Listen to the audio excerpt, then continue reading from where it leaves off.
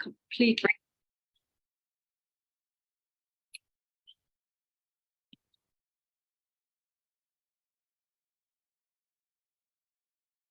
And with each in-breath, breathe in as deeply as you can and let your stomach go out while you breathe in, so that you can breathe in the fresh, beautiful energy of the universe while letting go of anything that you are holding on to.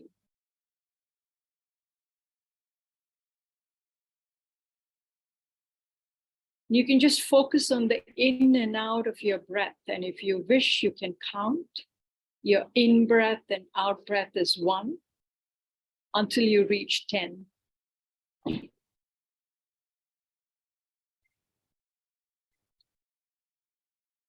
And if your mind wanders, which it invariably will, simply notice that with a mental factor of alertness and bring your attention back to your breath with a mental factor of mindfulness. So for the next few minutes, let's just focus on doing that.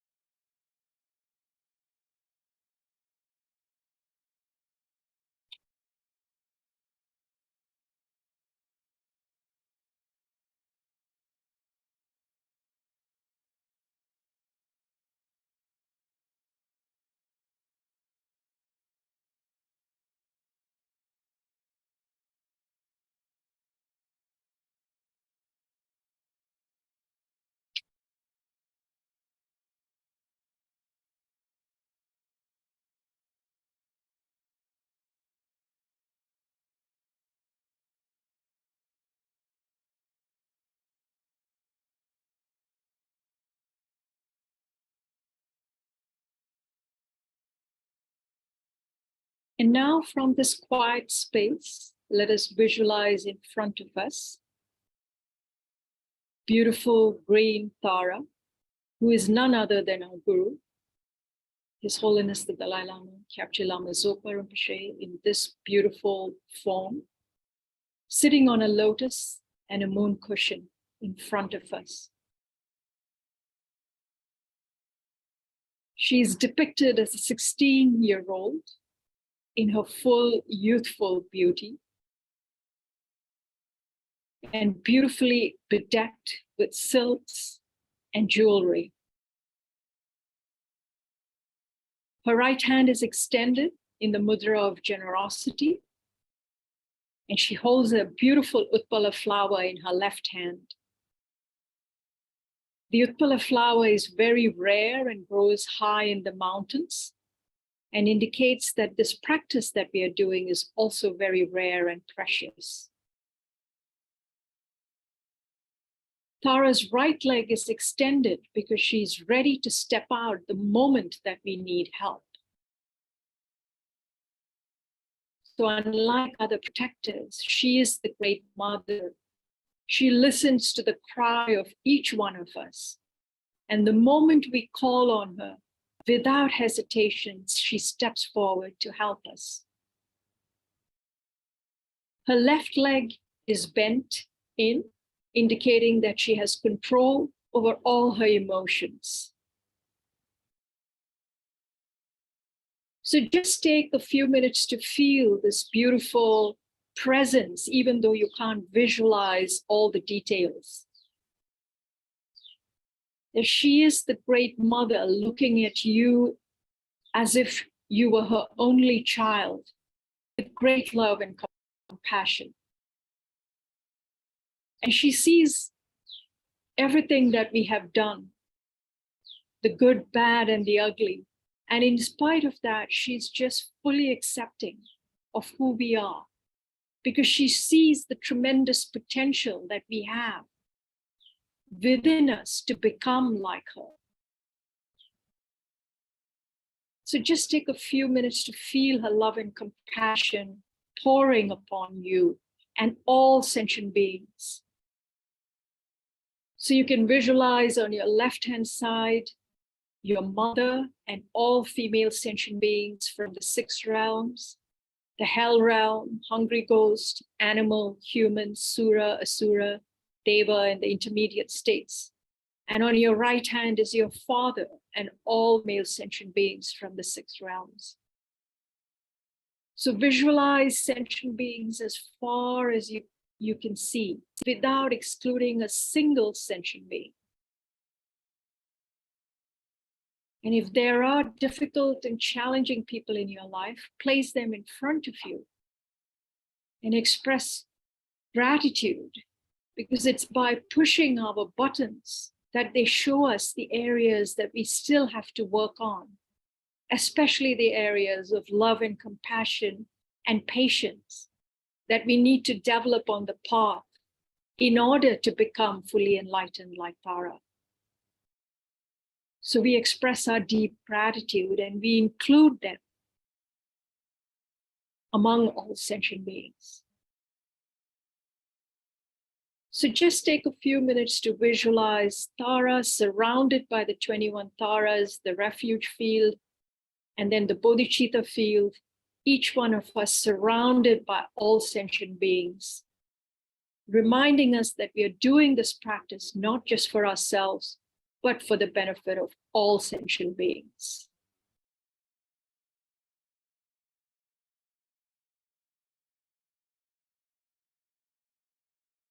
And we are also doing this prayer and this practice so that a holy, precious Guru who has left this present form in the way we knew it, that we completely remove all obstacles to him returning swiftly so that we can continue to see and visualize and experience him, and to purify all the negativities of our body, speech, and mind by the turning of the wheel of the Dharma.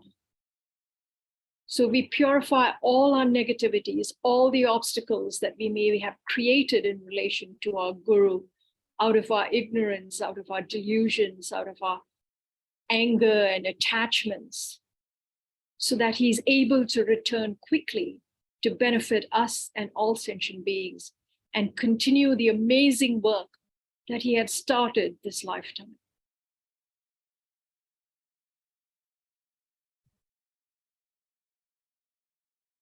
And we are also doing this prayer to remove or put an end to all the wars, to all the conflicts that are within us, within families, within communities and between communities, within nations and between nations. Because Tara, again, is the liberator, the swift liberator, the one who removes all these obstacles.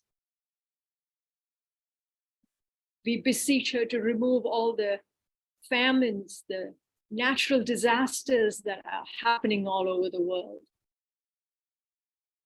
The illness, the sickness, the pandemic.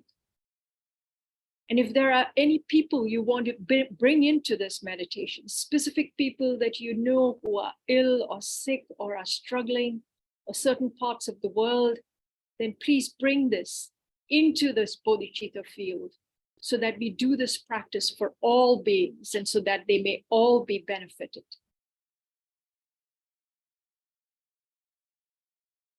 So keeping this in mind, we look at this beautiful figure, which is Tara, that Rinpoche actually drew. And I'm not quite sure at what age he was when he actually drew this beautiful figure of this Tara. So as you can see, she has a top knot and her hair is tied up and the rest of her hair comes down on her shoulders. She's beautifully bedecked with these 3 necklaces, the short, the medium, and the long. She has long earrings, all of which indicates her different levels of attainment, and the beautiful utpala flowers that we talked about. But her face is so radiant and joyful. And in spite of being 16-year-old, wise and compassionate, and in spite of being 16-year-old, she's wise beyond measure. She is the great mother. So just take a few minutes to feel that she is actually a life presence. She's not a flat figure or a picture, but she's actually present here, eager to help us the best way that she can. So we open our hearts fully to her as best as we can, because there's nothing to hide from her anyway. She sees ourselves for who we are. And you see her right leg is extended because she's ready to come out and help her. And we will be reciting and chanting her mantra, which is the way to call upon her to help us. So with this beautiful visualization in our minds and hearts, let's turn to the prayer now. And we'll recite this prayer together.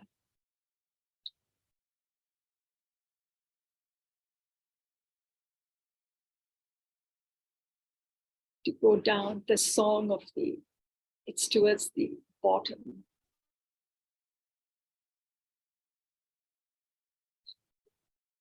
Yeah, further down, further down.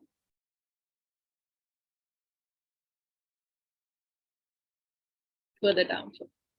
Yeah, that's it, that's it. So this is a beautiful, beautiful prayer. A song of longing for Tara, the infallible. So again, keeping Tara's visualization in front of us. And visualize that as we recite this prayer, that the nectar comes out from Tara's crown, beautiful white nectar into our crowns, completely purifying all the negativities of our body. So any killing, any stealing, any sexual misconduct we engaged in completely comes out as dirty laundry water through our feet. And then visualize that from her throat, this beautiful red light comes out, completely purifying all the negativities of our speech. There's a lot of negativity that we create through our speech, not being mindful, not being conscious of what we are saying when we open our mouth. So harsh words, divisive speech, lying, and idle gossip, all of that we have engaged in for countless eons gets purified. And then from our heart comes out this beautiful blue-green light into each one of our hearts, completely purifying all the negativities of our mind. The root cause of our suffering, is that self-grasping, self-cherishing attitude, the sense of I that I feel so strongly, that I feel there is something within me that I have to protect and defend and grasp and cling on to. And on the basis of that, we have these incorrect conceptualizations of I and mine, and then the afflictions of anger and attachment come up when things happen that we don't like, or when we desire things. And then under the sway of that, we create so many negativities of body, speech, and mind. So we are doing this prayer to Tara to help us to cut this cycle of suffering that we are engaged in, consciously or unconsciously, for countless eons, to become more conscious of this pattern and to slowly stop our negative habitual patterns and to transform them into generating virtue, or into creating, being more mindful, being more thoughtful with our body, speech, and mind, so that we create virtue and we create the causes for our own happiness and the happiness of other sentient beings. So with that in mind, let's read this prayer together. From my heart, I bow down to Divine Mother Tara, essence of love and compassion, the most precious objects of refuge gathered into one. From now until I reach enlightenment, hook me with your great love and kindness to liberate me. So just let us take again a few minutes to feel her presence, to feel that she is the great mother, to open our hearts, to allow her to hook us, instead of keeping our hearts tightly closed, but to recognizing that she is a fully enlightened being and she has no other desire than to benefit us in the way we want. So she's a true source of refuge because she's fully awakened. She has completely overcome her negativities. She has great compassion, great wisdom, and great skillful means. So there's no need for us to shy away or to close ourselves off from her. And for those of you who knew Kyabje Lama Zopa Rinpoche or have a guru, she's none other than our guru. And our guru who may not be here in physical form, but who is still present with us, who is still able to benefit us from wherever he is. So we open our hearts to the refuge field. And then we continue, by the witness of the three jewels, not just from my mind, but from the depths of my innermost heart and bones, I pray to you morning and evening. Show your blissful face to me, loving one. Grant me the nectar of your speech. Great gurus and small gurus cheat us with their made-up teachings, selling dharma, teaching without comprehension, not observing who is qualified and who is not, being concerned about their own happiness and the 8 worldly concerns. Since I can no longer trust friends of this degenerate age, you are my principal guru. Inspire me, Divine Mother, essence of love. Arouse the great power of your compassion and think of me. So for those of us who knew Kyabje Lama Zopa Rinpoche, we were so fortunate. Rinpoche was such a special being. He had no other intention than to benefit us. He was the embodiment of a bodhisattva who has the bodhicitta, whose only intention is to become the Buddha in order to benefit each and every sentient being exactly in the way we needed. So there was no pretense, there was no malicious intent. Even when Rinpoche scolded us, he did that with the greatest love. So we were so fortunate, and we pray that Rinpoche returns again in a form that we may be with our ordinary minds can directly relate to him. And there was no concern Rinpoche had for himself. In fact, for those of you who saw the videotape that Venerable Roger shared about his experience of what happened in the end with Rinpoche, as he said, Rinpoche always pushed himself in order to benefit other beings. There was no sense of I, and he was constantly pushing himself. And in that sense, he encourages and inspires us to really look deep within our hearts. What is our motivation when we engage with others? Is it to get name, fame, reputation? Is it to protect our wealth, our material gains? Or are we genuinely caring and loving and concerned about the well-being of others? Are our minds so wrapped up in this 8 worldly dharmas of only wanting the positive side of things and not opening us to look that life has its ups and downs, and to learn to work with both those aspects to keep our minds in equanimity?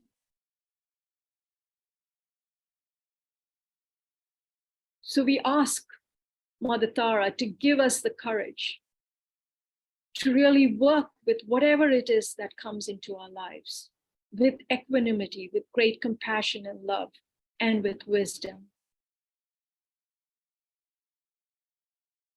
So love is simply wishing other beings to be happy.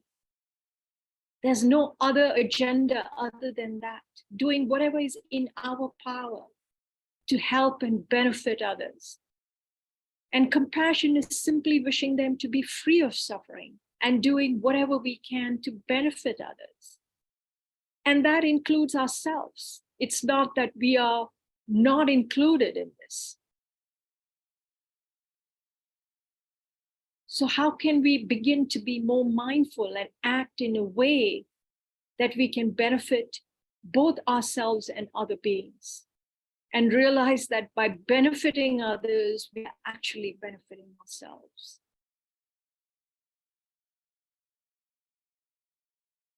I take refuge in you, Tara. Like you, no Buddha could ever deceive me. But understanding the odd character of these times, Most Buddhas have gone into the bliss of nirvana. Even though they have great compassion, we have no connection.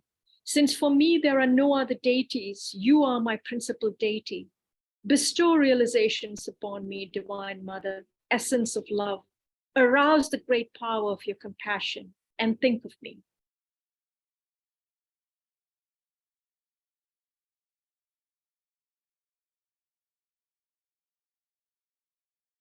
Most Dharma protectors do not show their powers. Tired of those who invoke them, they do not act. Other protectors lacking insight, but proud of their power, may be friendly for a while, but will later do me harm. Since I cannot rely on other protectors, you are my principal protector. With divine action, wisdom, Mother, essence of love, arouse the great power of your compassion and think of me.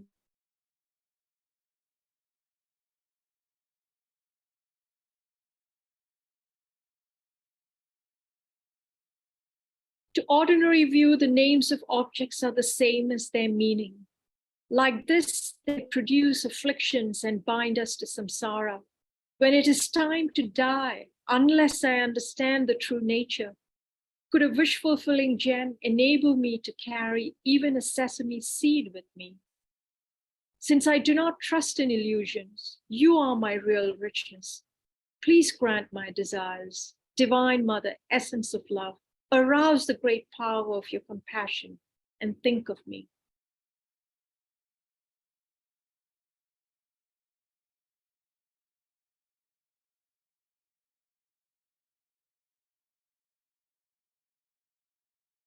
I cannot rely on non-virtuous friends for even a day.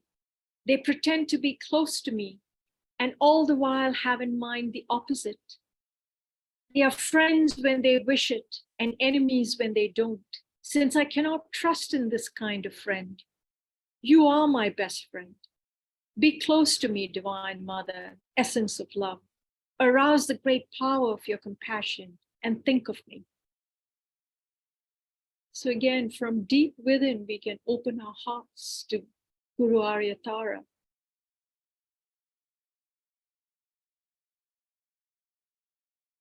And feel her great compassion and her love.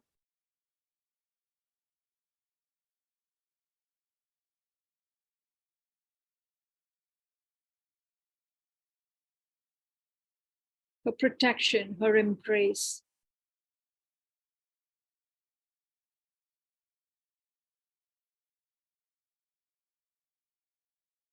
Just as the Guru who always holds us lovingly in his or her embrace.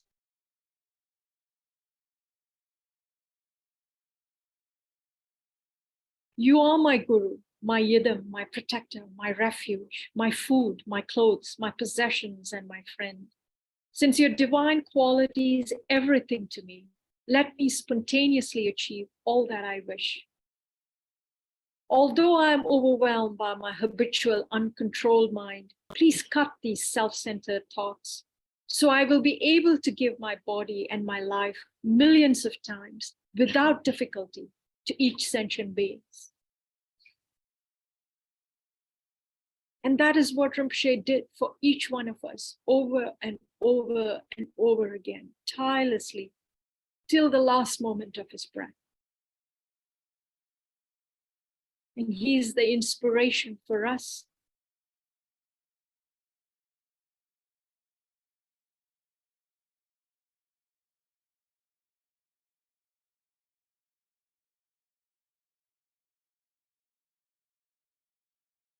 Inspire me to be able to develop this kind of compassion to benefit all. Empower me to cut the root of samsara, this self-grasping, and to understand the pure doctrine, the most difficult middle way, free from the errors of extreme.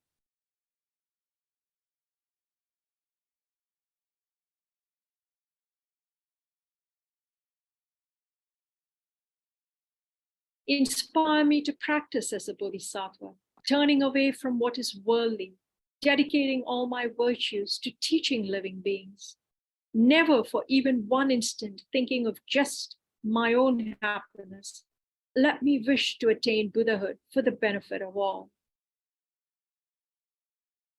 There's nothing wrong in thinking of our own happiness or taking care of ourselves. But the tragedy is we think it's all about me. And that, in fact, gets us just stuck in the cycle of suffering. When we begin to open our hearts to others and take into consideration their welfare and their well-being, ironically enough, that's what also generates and guarantees our own happiness. But that's not always easy for us to see. So we beseech Mother Tara to help us open our hearts to genuinely taking care of the well-being of others, and thereby taking care of our own well-being. Empower me to actualize as much as possible the most subtle vows and to keep them without a careless mind, thus becoming the most perfect Bodhisattva. Outwardly, let me be simple in my practice, while inwardly actualize the depth of the diamond vehicle with a strong wish to practice the 2 stages. Inspire me to attain enlightenment quickly for the benefit of all. Divine Wisdom, Mother Tara, you know everything about my life, my ups and downs, my good and bad. Think lovingly of me, my only mother.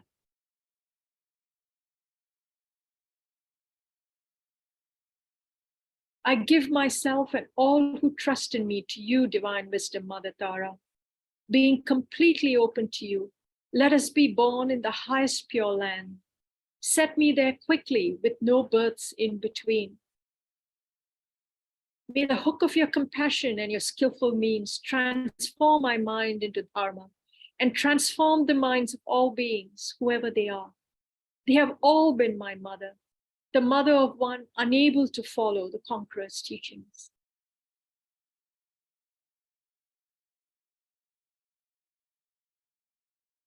By reciting this prayer 3 times a day and by remembering Divine Wisdom, Mother Tara, may I and all beings who are connected to me reach whatever pure land we wish.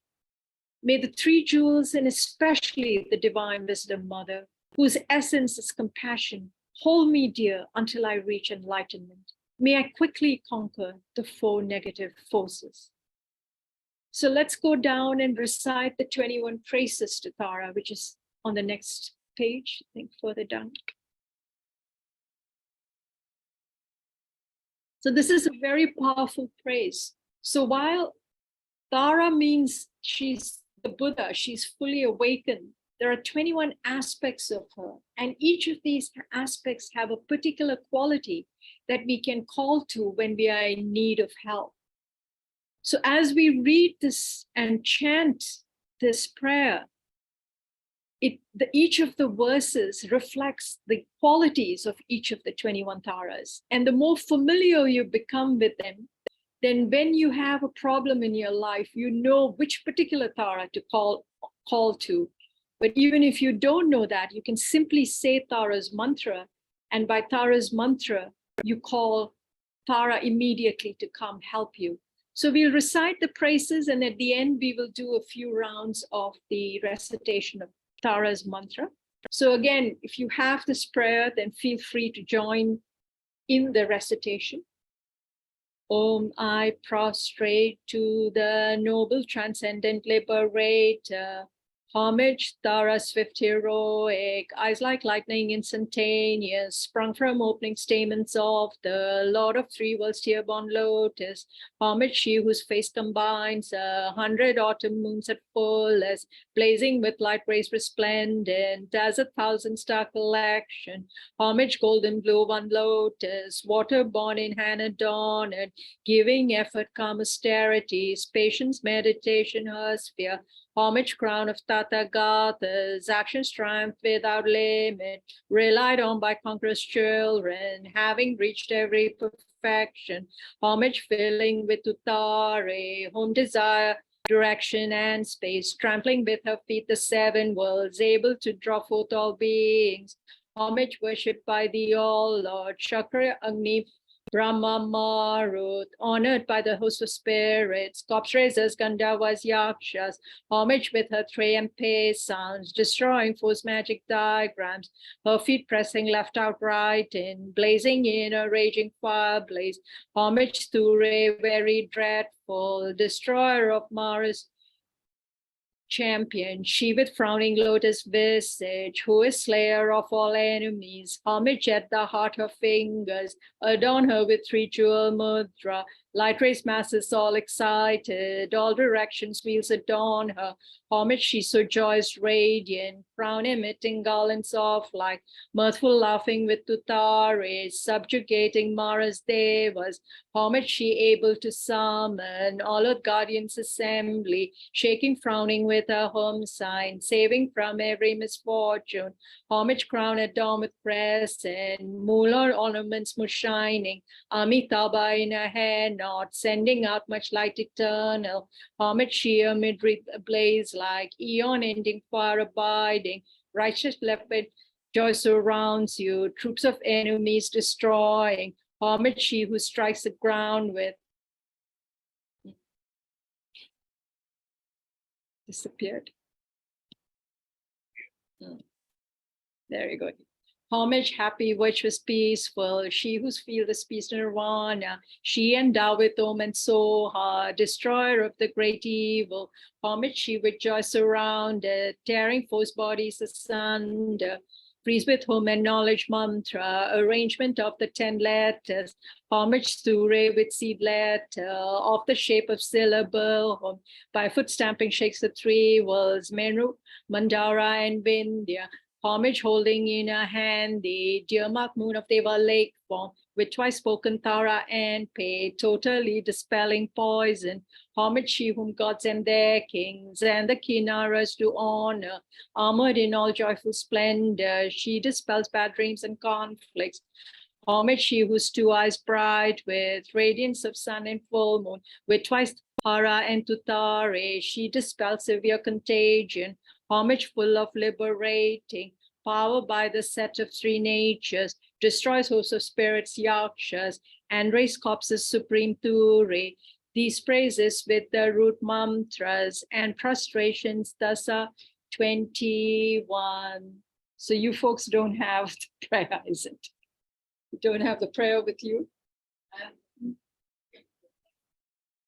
Okay, so let's go back to Tara's image. And then you can do the recitation of a mantra because that's pretty simple. So let's just go back to her image.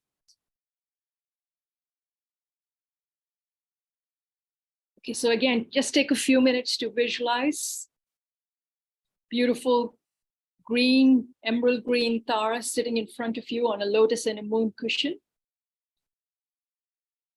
Beautifully bedecked with silks and jewelry. Her hair is tied in a top knot and the rest of her hair cascades down her shoulders. She's wearing beautiful ornaments, earrings, 3 necklaces, bracelets, anklets.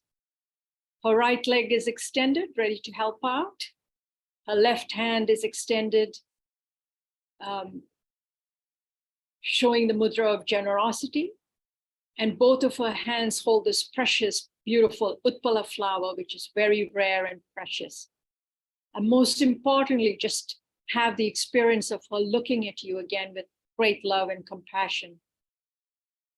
So as we recite her mantra, again, we are going to feel that she's actually helping us to purify all our negativities, through the white light that comes out through her crown, completely purifying all the negativities of the body. The red light from her throat, completely purifying all the negativities of the speech. And from her heart, blue-green light, completely purifying all the negativities of our mind. So her mantra is simple. It's Om Tare Tutare Ture Soha. So you can recite that. We'll recite it together, loudly together, and then we can recite it softly. So visualize that she's purifying not just your negativities, but the negativities of all sentient beings, and removing all sickness, all war, all conflict, everything that is negative, painful, all the suffering from all the 6 realms, and helping us all recognize our own pure potential, that we ultimately actually are Tara, but we are so covered with muck at this point that we don't recognize that. We don't recognize the innate pure potential that is within us. And so we are requesting her through this mantra to completely purify all these negativities of body, speech, and mind, of all sentient beings, so that we can become Tara too, just like her, and that this world can be filled with genuine peace and happiness, and we can all live together in peace and harmony. So please feel free to recite along with me. Om tare tu re so ha. Om tare tu re so ha. Om tare tu re so ha. Om tare tu re so ha. Om tare tu re so ha. Om tare tu re so. So now we recite quite quietly a few rounds, and again just visualize that this purification for all of us is happening, and at the same time our bodies are being filled with this blissful pure white light, and that we are becoming just like Tara. Om tare tu re so.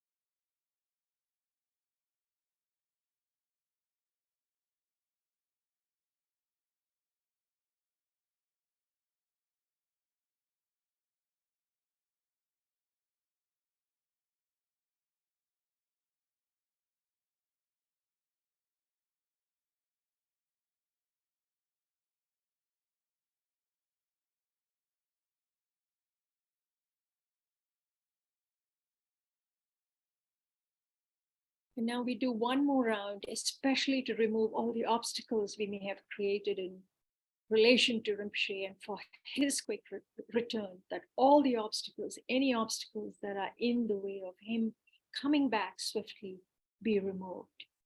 Om tare tu re so, om tare tu re so.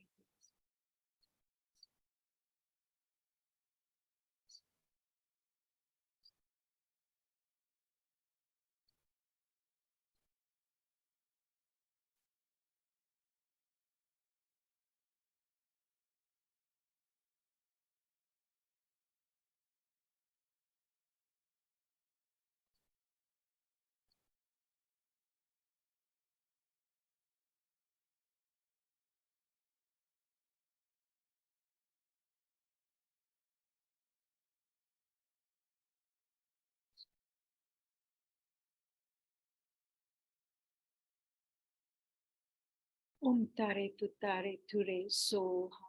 So just take a few minutes to feel that all your negativities of body, speech, and mind have been completely purified, and that of all sentient beings.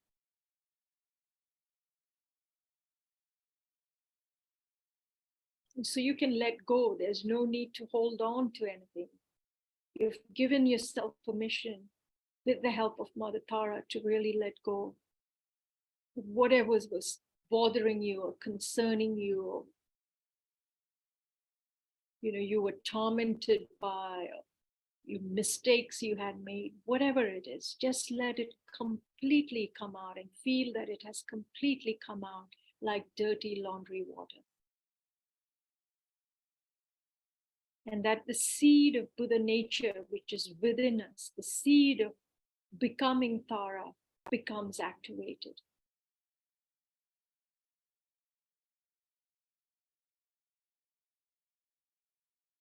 So you can visualize that Tara is very pleased with the effort that we made to do this practice. And the 21 Taras now dissolve into the main Tara. And then Tara, the lotus and moon cushion, dissolves into Tara.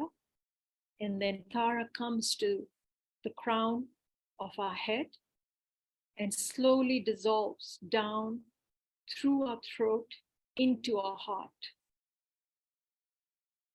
becoming one with that Tara potential. And this is none other than our Guru. And so wherever we are, whatever we are doing, we remember that the Guru is at our heart. And whether he's here in physical form or not, he or she is still at our heart, always guiding us, if we open our hearts and turn towards him or her. And there's nothing more that the Guru wants than to help us to achieve our fullest potential as quickly as possible, so that we too, like them, can benefit each and every being and bring them to their fullest potential.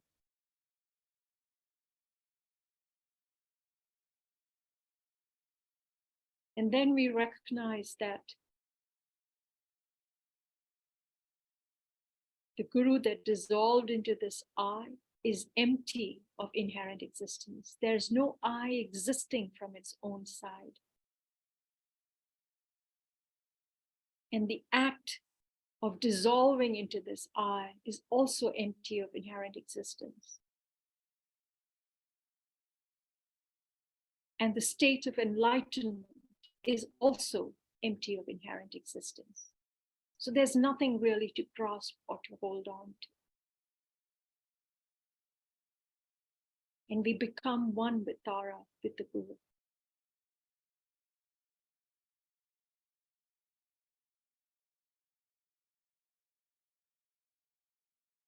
And then keeping that in mind, let's do the swift return prayers. The swift return prayers for Rinpoche.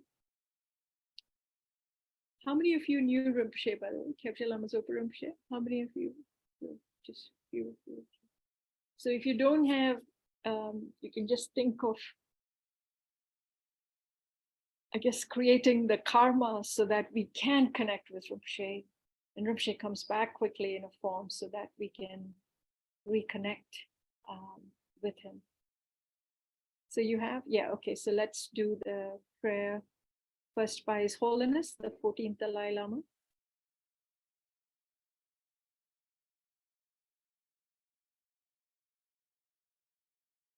Yeah, we recite in English.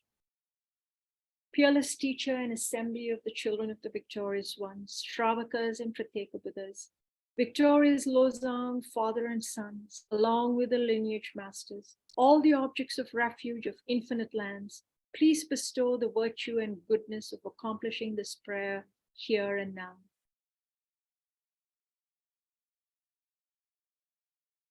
Holding and spreading the Muni's precious and complete teachings through explanation and practice, you wore the armor of patience that is never discouraged.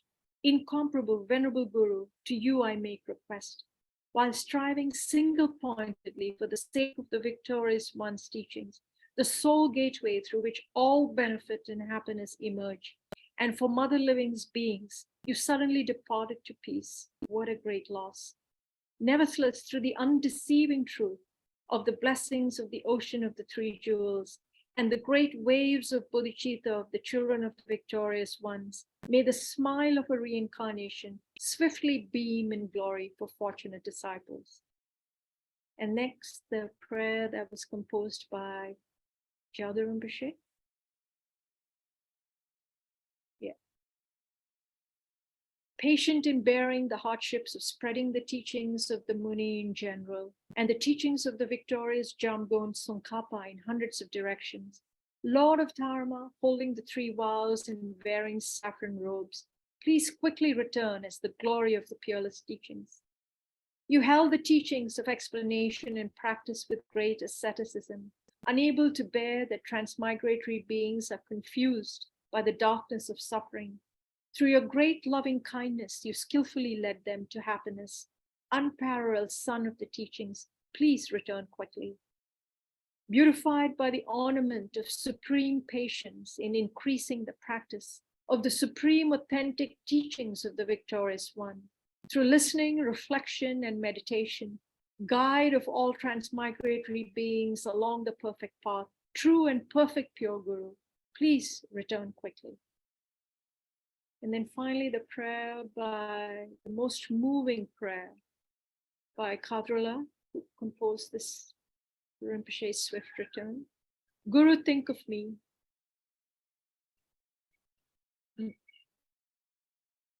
To go back up. Yeah, up.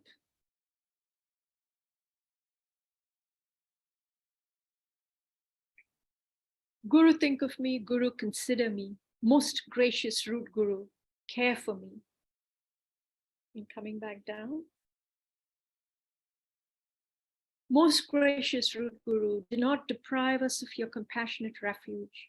Listen and consider this heartfelt prayer made by a tormented disciple. Guru, embodiment of the Buddhas of the 3 times, please bless me. You may rest in all pervading great bliss, equipoised within the dhatu of unimpeded luminosity. Yet the playful dance of your loving compassion emanates in myriad ways. The time has come for the return of the swift appearance of your magical wisdom, the Rupakaya, and for you to care for us once again with your affectionate compassion. Arise, arise, arise from the Dharmakaya. I invoke you, I call upon you, I implore you on behalf of all beings. Do not rest in Kechara or other pure realms.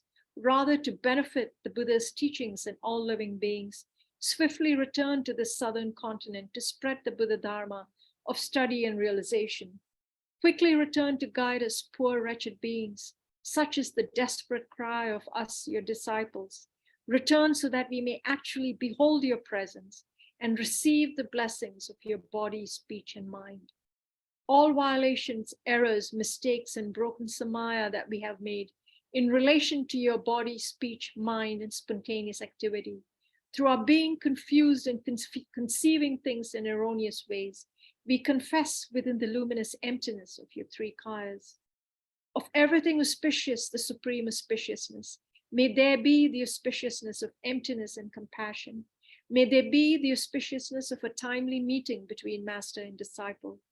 Through the force of the truth of unchanging suchness, may the unmistaken incarnation return quickly. This lament was made by me, a Dakini with pure faith in Samaya, her eyes filled with tears of sorrow. May these wishes of a beggar woman be fulfilled through the blessings of the deities of the 3 roots.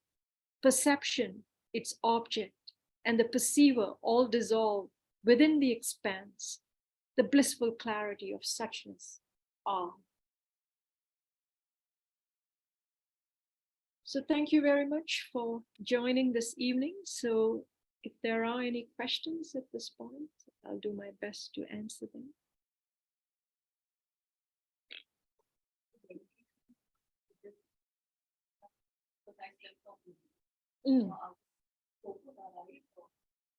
Well, that's what happens when you close your eyes, especially when we are beginning in meditation. It's easy to doze off. So actually, I didn't take some time to go over the posture, but the most important thing of the posture is having a straight back, even if you're sitting on a chair. And so make sure that the back of your spine, the back of your neck, and the back of your head is aligned.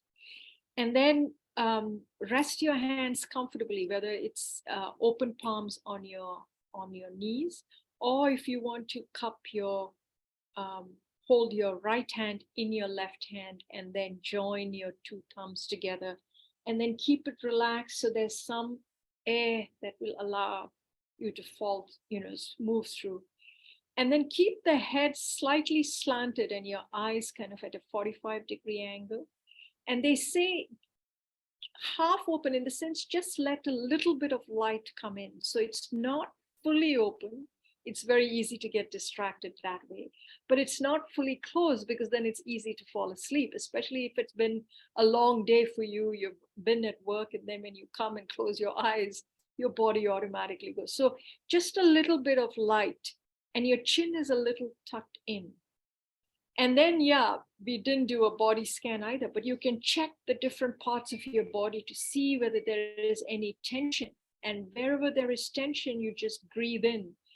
Because I sit in front of the computer a lot, my shoulders and neck are the ones that really get tense. So even if you need to just move your neck and, just do a few yoga stretches too before you sit, that actually is very helpful.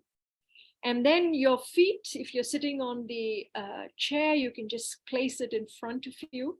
Yeah, there you go. And then your hands, in a relaxed position. So the point of a good posture is that it's relaxed, it's alert, and you feel balanced.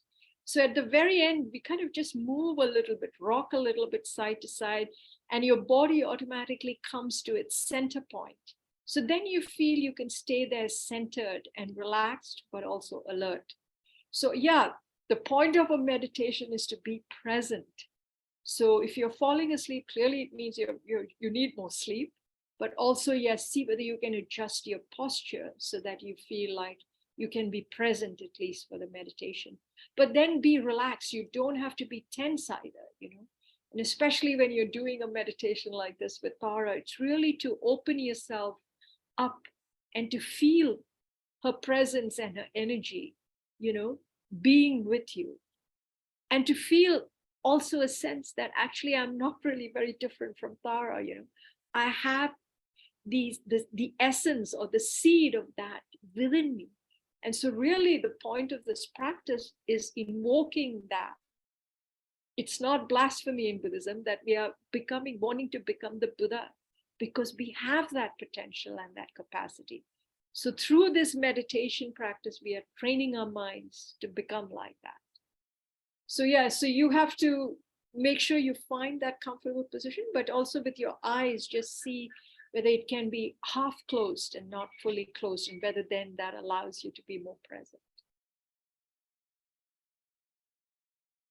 Does that help?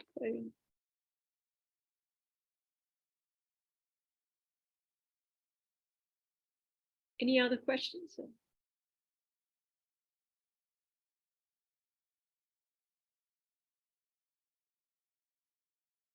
Yeah. No questions, Venerable, but just to thank you for a wonderful, wonderful Tara meditation. Thank you so very much. It was beautiful, the prayer. Thank you. This is a very special prayer. I remember when Rinpoche, we heard the news of Rinpoche passing away on the 13th. Of course, everybody, we were trying to make sense. And one of the connections I made online was Rubina reciting this prayer. And it felt just so heartfelt and so beautiful. And they do say, if you recite this prayer 3 times every day, your wishes will come true. So it doesn't take much effort to actually recite this prayer. So I thank also Nivita and Vishad and Nilashi for requesting me to do this, because I have benefited by doing this as much as you. So thank you. Yeah. And maybe we can, Nivita can send us the prayer online on WhatsApp, yes. Maybe just yes. So that we can save it and do it. That'd be nice. Please. I think it was already sent online. So check your. I'm sorry. Yes. I'm sorry. Yes. I will. I'll check my. Yeah, but it was last minute, so apologies on our part. Yeah. No, that's okay. It was on screen, so it was fine. We followed it from. Thank you. Thank you.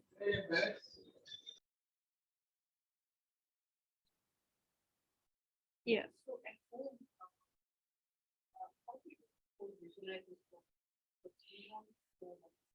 Actually, if you go over that PDF that was sent to you, it actually does contain the visualization. So, but you know, in a way, it is like if we were inviting a guest, right? And it's feeling the presence of this guest and then just reciting the prayer in the presence of the special guest whose intention only is to bless you and to help you remove your negativities and become closer like her. So just that intention, if you have, and you recite the prayer slowly, then, you know, it can be very powerful. And then as you get familiar with that and reading the PDF and the different aspects of it, then you can slowly incorporate more and more. But first is to really feel that presence and to feel a connection that this is the Great Mother who is there for you, you know, to help you awaken. Yes. Yes.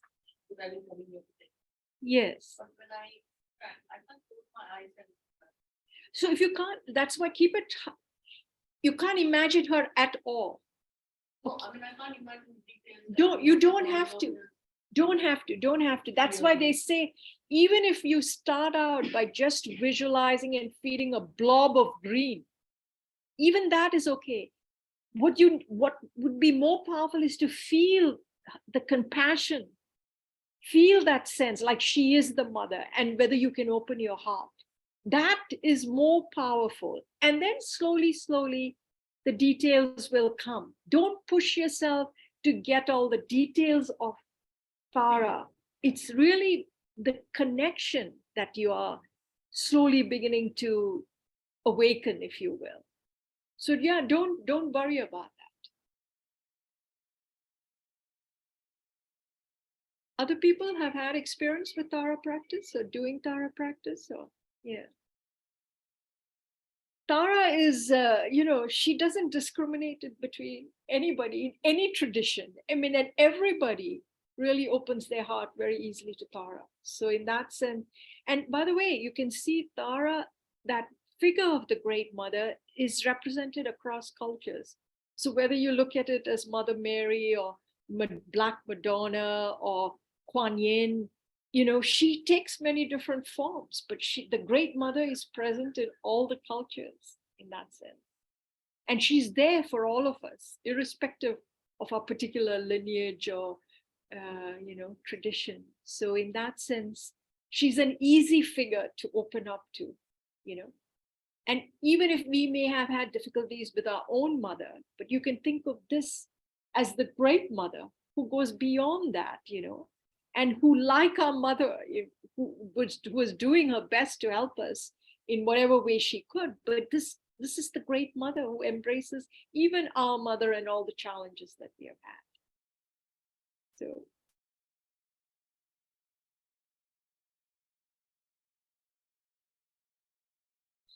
Yeah.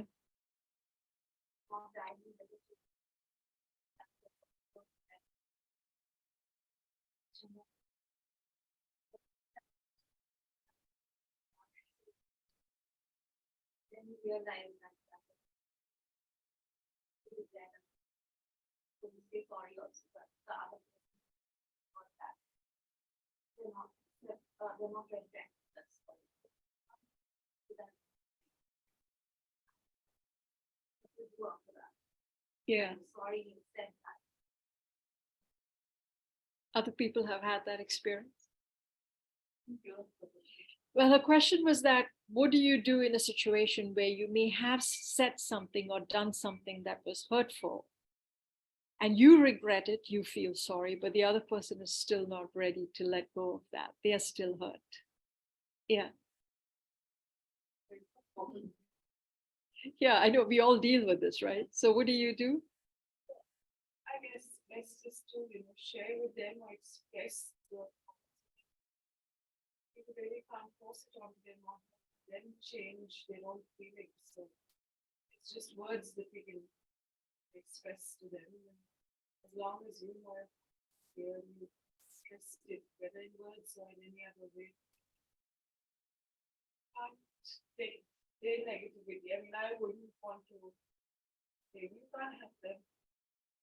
So you have to give them their space and time too. I mean, and then you continue to do your work and stay as open and clear so that whenever they are ready to come, then you can have a heartfelt conversation with them. Yeah, but that's challenging. That's also the practice of patience, that sometimes, even though we genuinely regret, they are not quite ready. So we have to wait and sit with that. Yeah.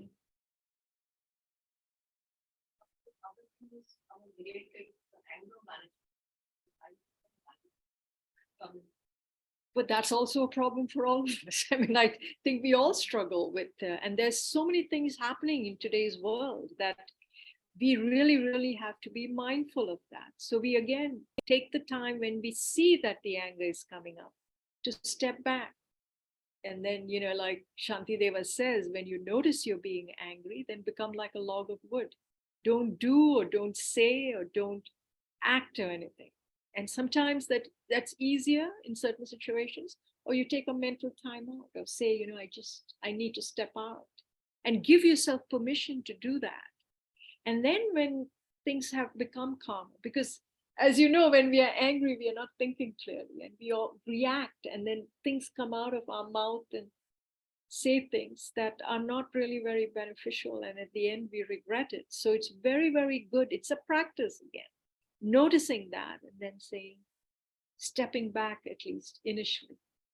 And then maybe later on, you could also feel a sense of compassion for this person, whatever that, where they were coming from was also a difficult and challenging place for them. I mean, why does these negative emotions come up is because we are taken over by our delusions, right? And that's what we are asking Mother Tara to tame us and to purify us all. Because as long as we are deluded, then these things will happen and come up. So that's what we are working on.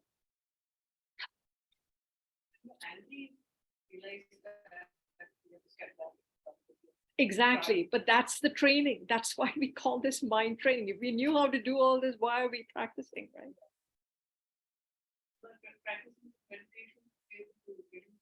Well, if you can, when you notice the anger coming up, you say Om Tare Tu Tare Ture Soa.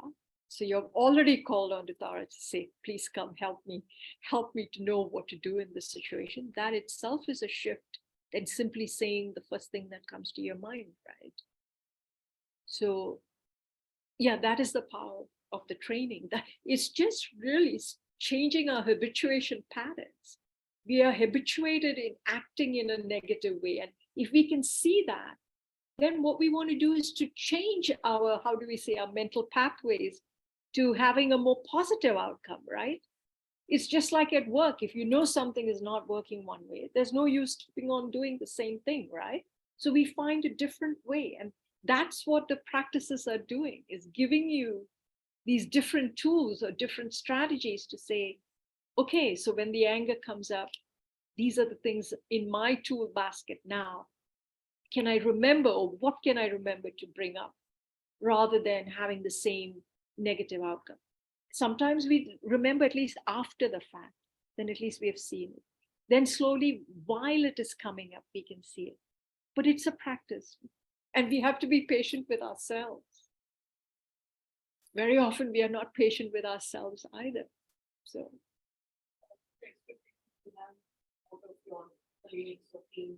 yes. Yes, yes. Yes.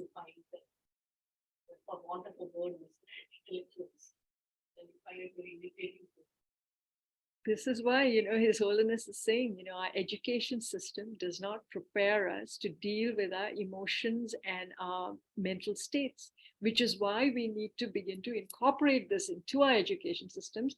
So the children, along with reading, writing, and arithmetic, also know how to take care of these things. For now, it's harder for us, but again, if we make the effort, and if we see that, you know, other people, or if they are interested also in listening to this, then if the team can work collaboratively and support each other, then it has a different outcome. But that's not easy to change these patterns, habit patterns that even organizations have, right?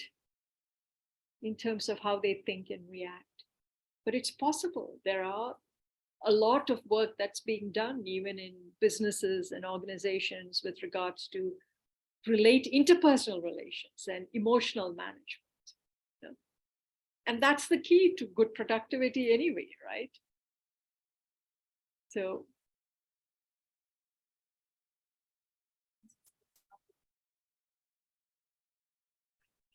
yeah. Mm-hmm.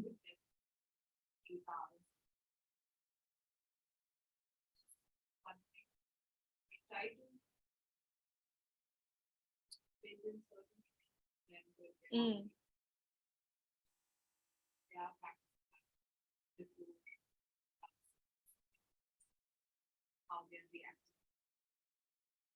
But of course, every time I do it, there is also a sense of failure that it could not reach to what I feel. At times, I do take it personally. At times, I am also able to catch myself. Really? And try not to force it on change. I'm just figuring out how can one if they do get restless and child want the child to be a Really. project your adult parent self there. So what do you suggest should be right path? That's a huge question. How many of you have children? Any suggestions? Anything that worked for you? I really don't have an answer. I've never had any such kind of issue. Wow.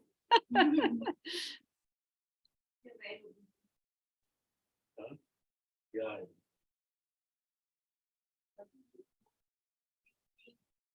Yeah. Some way or the other, your buttons get pushed. But no, I mean, I think in general, I mean, again, it's not that I've not worked with children, and you actually are the best expert. But you, as you said, to expect 30 children to behave in a certain way that you wish it to, just like that as a parent, or as a friend, and sometimes it is our own expectations. But the very fact that you're bringing in mindfulness, for these children is amazing. And I think part of that is also being, gentle and compassionate with yourself in terms of, because sometimes we really get worked up. And I think the most important thing is for the children to sense you're caring and loving. And then, they recognize, and they are also very forgiving. They recognize, at times we do get frustrated. But then you can just use that as an example to say that this is, what happens. And, these are the alternatives that we can use, so that you become part of the team rather than, in some ways feeling like you are doing something to them or they are doing part to you. But yeah, every day is a learning and a teaching, isn't it? Yeah. So there's an aspect of imprint that is getting printed on the minds of kids, like it might develop into something in future. If they're doing this practice, so there's some kind of imprint. Yes, a very positive imprint that you are putting into their minds by just introducing this practice of mindfulness.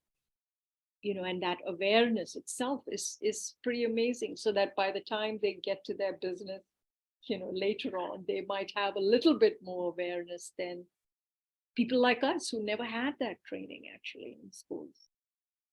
So thank you for what you're doing.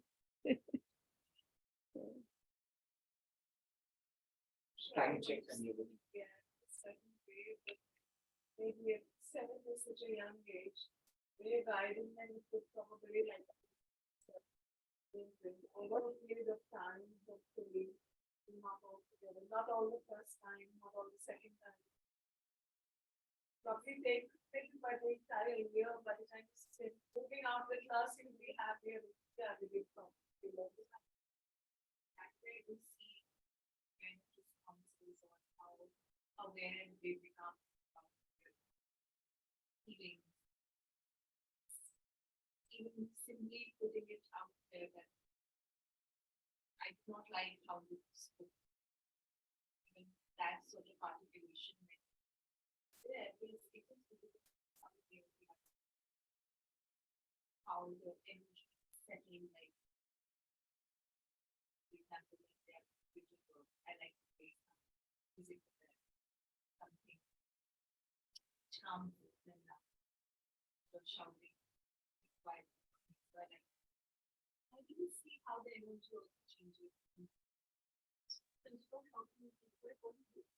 I just focus on some classical music for them, and now they know that if this music is being played, they will come back. They will do it. And not even for once, I have to say, come back to yourself. How wonderful, how wonderful. Yeah, yeah, yeah. Maybe you should try. But no, let's end by really rejoicing that we took the time to be here together to do this practice.